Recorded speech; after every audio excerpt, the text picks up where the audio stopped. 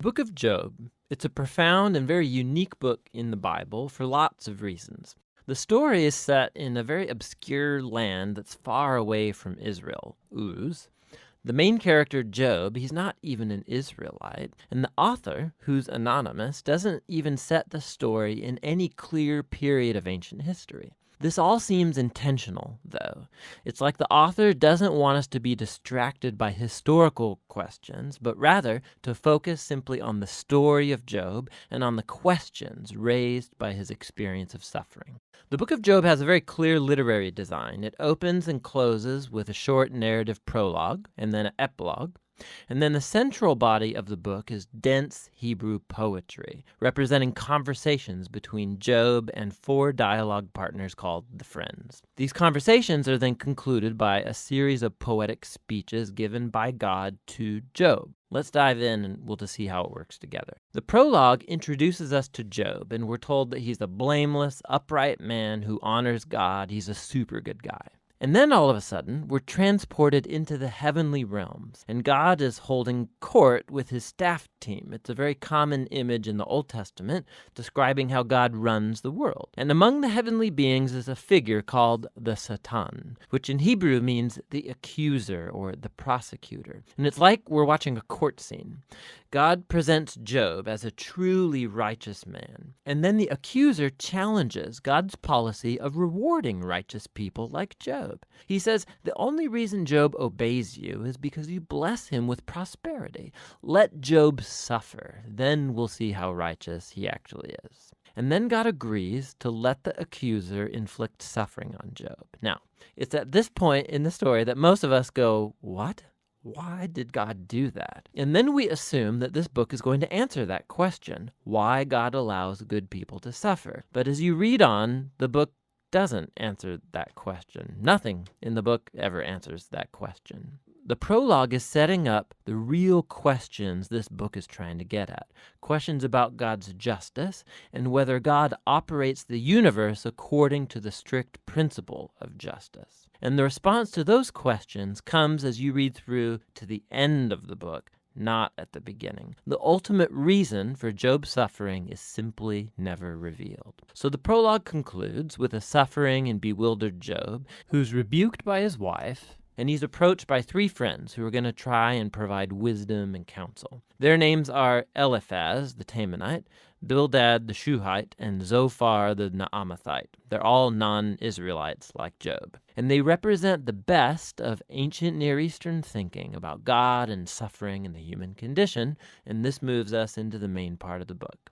First, Job speaks, and this is how the section of the book works. First, Job is going to speak, and then they'll follow a response from a friend. Then Job will respond to that friend, then another friend will respond to Job's response, and so on back and forth for 3 cycles. And this whole debate is focused on 3 questions. Is God truly just in character? And does God run the universe on the strict principle of justice? And if so, then how is Job's suffering to be explained?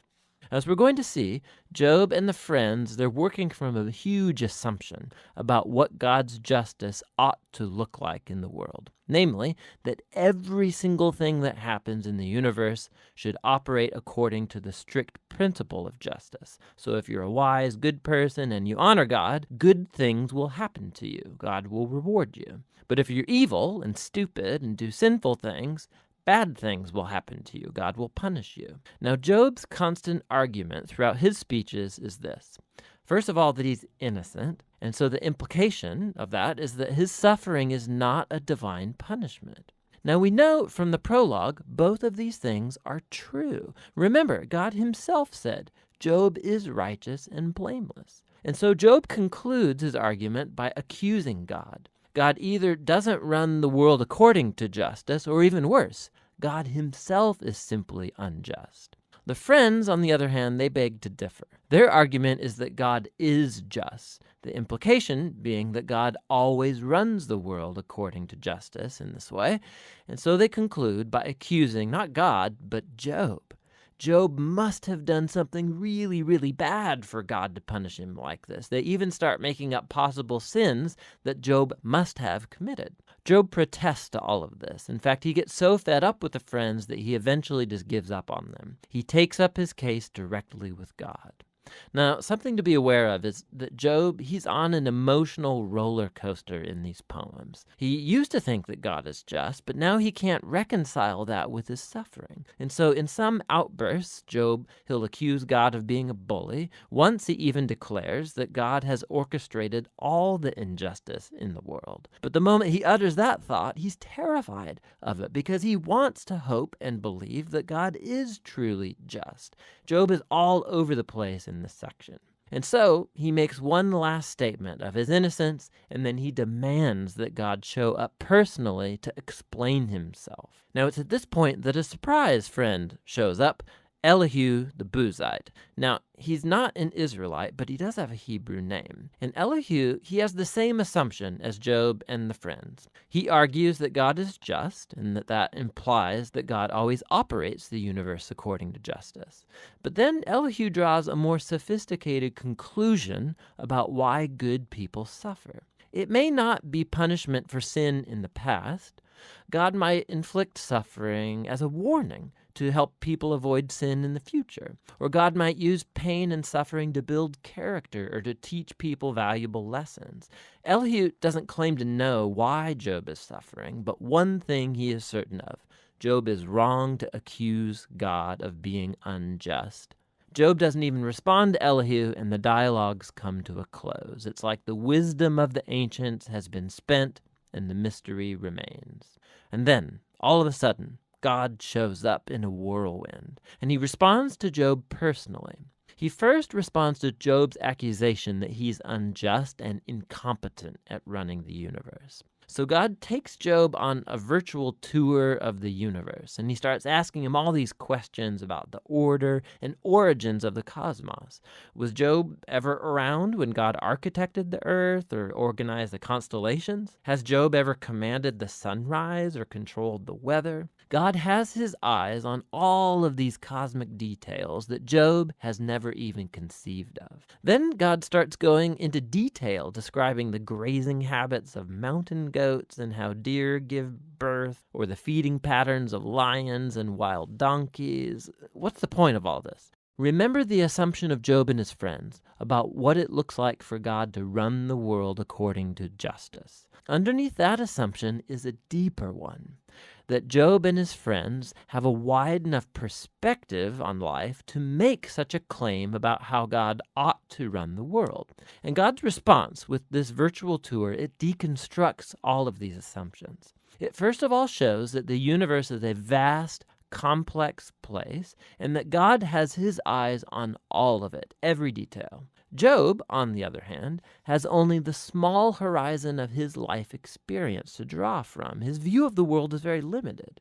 And so what looks like divine injustice, from Job's point of view, needs to be seen in an infinitely larger context. Job is simply not in a position to make such a huge accusation about God. After the virtual tour, God asks Job if he would like to micromanage the world for a day, according to the strict principle of justice that Job and his friends assume, punishing every evil deed of every person at every moment with precise retribution.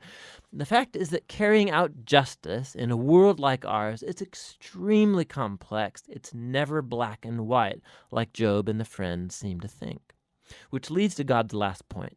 He starts describing these two fantastic creatures, Behemoth and Leviathan, which some people think are poetic depictions of a hippo and a crocodile, but more likely they refer to well-known creatures from ancient Near Eastern mythology that are used elsewhere in the Bible as symbols of the disorder and danger that exist in God's good world. These creatures, they're not evil. God's actually quite proud of them, but they're not safe either. The point is that God's world is amazing and very good, but it's not perfect or always safe. God's world has order and beauty, but it's also wild and sometimes dangerous, just like these two fantastic creatures. And so we come back to the big question of Job's suffering. Why is there suffering in God's world? Whether it's from earthquakes or wild animals or from other humans, God doesn't explain why. What he says is that we live in an extremely complex, amazing world that at this stage, at least, is not designed to prevent suffering. And that's God's response. Job challenged God's justice. God responds that Job doesn't have sufficient knowledge about our universe to make such a claim. Job demanded a full explanation from God, and what God asked Job for is trust in his wisdom and character. And so, Job responds with humility and repentance. He apologizes for accusing God, and he acknowledges that he's overstepped his bounds. Then all of a sudden, the book concludes with a short epilogue. First, God says that the friends were wrong, that their ideas about God's justice were just too simple, not true to the complexity of the world or God's wisdom. And then God says that Job has spoken rightly about him. Now, this is surprising because it can't apply to everything Job said. I mean, we know Job drew hasty and wrong conclusions, but God still approves of Job's wrestling, how Job came honestly before God with all of his emotion and pain and simply wanted to talk to God himself. And God says that's the right way to process through all of this, through the struggle of prayer. The book concludes with Job having his health, his family, his wealth all restored, not as a reward for good behavior, but simply as a generous gift from God, and that's the end of the book. So the book of Job, it doesn't unlock the puzzle of why bad things happen to good people. Rather, it does invite us to trust God's wisdom when we do encounter suffering, rather than try and figure out the reasons for it. When we search for reasons, we tend to either simplify God like the friends, or like Job, accuse God, but based on limited evidence. And so the book is inviting us to honestly bring our pain and our grief to God, and to trust that God actually cares and that he knows what he's doing. And that's what the book of Job is all about.